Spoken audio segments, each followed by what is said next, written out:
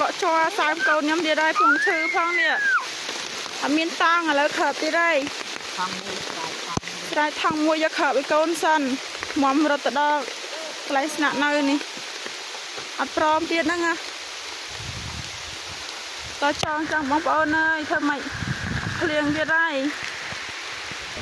នេះគឺជាទុកវេទនានៃគ្រួសារបងប្រុសនិងកុមារតូចដែលមានឪពុកម្ដាយជាជ័រអាសូរណាស់បងប្អូនអើយមេត្តាជួយពួកគាត់ផងពេលនេះបងប្អូនយើងគាត់បានជួយខ្លះហើយសង្ឃឹមថានឹងមានជាបន្តបន្ទាប់ទៀតអរគុណបងប្អូនពុកម៉ែបងប្អូននេះហើយថាវិការដែលបានពីបងប្រុស10បងស្រីនិងបងប្រុសដែលគាត់បានផ្ដល់ជំនួយមកតាមបងប្រុស10ហើយគាត់ក៏បានផ្ដល់ឲ្យប្អូន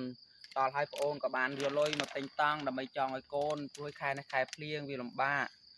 ពេលខ្លះហ្នឹងយើងជាជ័រផងកូនសើមស្ពាយតាមក្រោយក៏មានដល់ពេលបានចេះហើយក៏រៀងក្រាន់បន្តិចហើយប្អូនឥឡូវកំពុងតែជួបការខ្វះខាត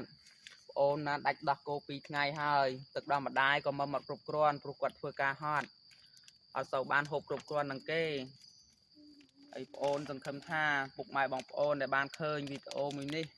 នឹងជួយជំនួយតាមរយៈเพจបង10ខ្វះខាតបន្តិចបន្តួចជួយតាមគាត់ដើម្បីគាត់ផ្ដល់មកដល់ប្អូន